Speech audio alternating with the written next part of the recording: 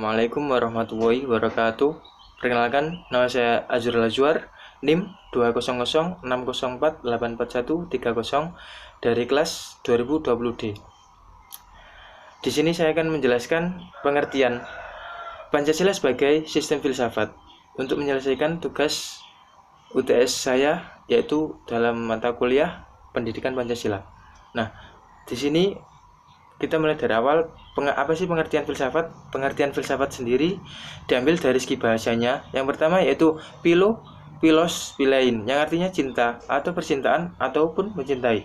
Terus yang kedua, sophia, yaitu kebijakan, kearifan, hikmah, hakikat atau kebenaran. Yang pada kesimpulannya, filsafat adalah cinta pada kebijaksanaan atau kebenaran yang hakiki, berpikir sedalam-dalamnya terhadap sesuatu secara metodik, sistematik, menyeluruh, dan universal untuk mencari hakikat sesuatu. Nah, di sini saya akan menjelaskan pada subbab yang bertemakan Pancasila sebagai jati diri bangsa Indonesia. Pancasila sebagai jati diri bangsa Indonesia mempunyai nilai-nilai yang sudah ada sejak zaman dulu yang tercermin dalam kehidupan sehari-hari. Nah, faktanya hari ini Pancasila sebagai jati diri bangsa Indonesia semakin hilang dalam kehidupan bermasyarakat. Nilai-nilai Pancasila seolah telah ditinggalkan oleh masyarakat dalam menjalani kehidupan bernegara dan kehidupan berbangsa. Lebih fatalnya lagi, dalam survei 20 tahun terakhir ini, hampir sebagian masyarakat Indonesia yang tidak mengenal simbol dan lambang dalam Pancasila itu adalah masalah besar bagi masyarakat Indonesia.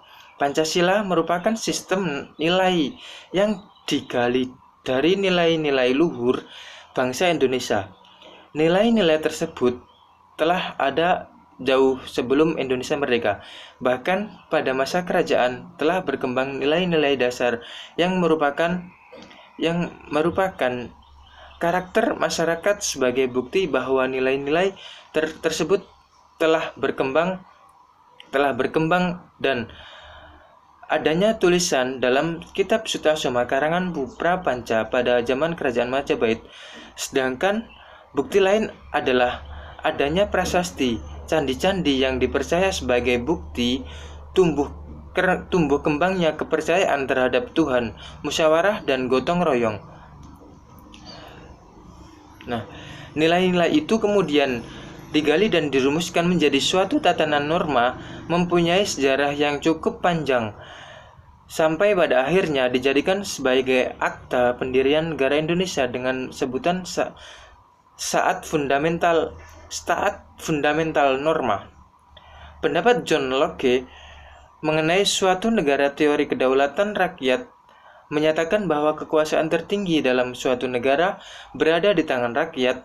Teori ini berusaha mengimbangi kekuasaan tunggal raja atau pemimpin agama.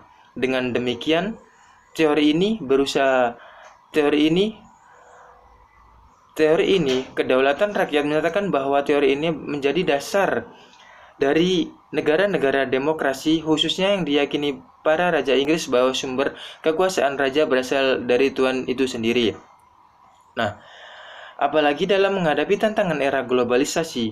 Era globalisasi adalah sebuah istilah memiliki hubungan dengan peningkatan keterkaitan dan ketergantungan antar bangsa dan antar manusia di seluruh dunia melalui perdagangan, investasi, perjalanan, budaya populer, dan bentuk-bentuk interaksi yang lain sehingga batas-batas suatu negara menjadi semakin sempit.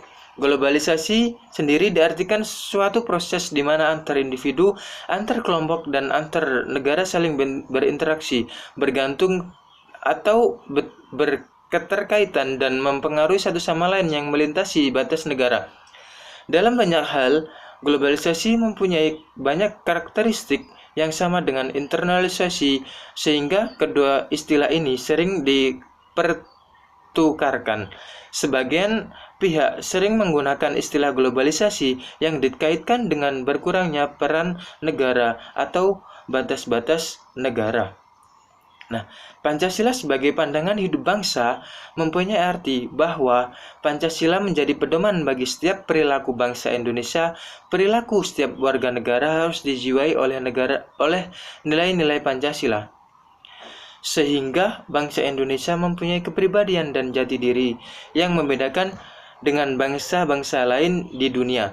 Karakteristik bangsa Indonesia akan ditentukan oleh implementasi fungsi Pancasila sebagai pandangan hidup bangsa, sedangkan Pancasila sendiri sebagai ideologi mempunyai arti bahwa nilai-nilai Pancasila menjadi sesuatu yang didambakan dan dicita-citakan dalam kehidupan yang nyata. Suatu ideologi selain memuat gambaran tentang kehidupan yang dicita-citakan, juga mengandung langkah-langkah untuk mencapai tujuan yang dicita-citakan tersebut. Nah, mungkin kesimpulannya di sini adalah Pancasila sebagai jati diri bangsa Indonesia adalah Pancasila itu bisa menjadi pembeda antara negara Indonesia dan negara-negara yang lainnya. Kita sebagai generasi Z atau generasi milenial, sepatutnya kita harus menerapkan nilai-nilai yang terkandung dalam sila-sila Pancasila di dalam kehidupan sehari-hari maupun dalam kehidupan berbangsa ataupun bernegara. Itu saja yang dapat saya sampaikan. Bila ada salah kata, mohon dimaafkan. Billahi fisabilil haq, fastabiqul khairat. Summa salam. Wassalamualaikum warahmatullahi wabarakatuh.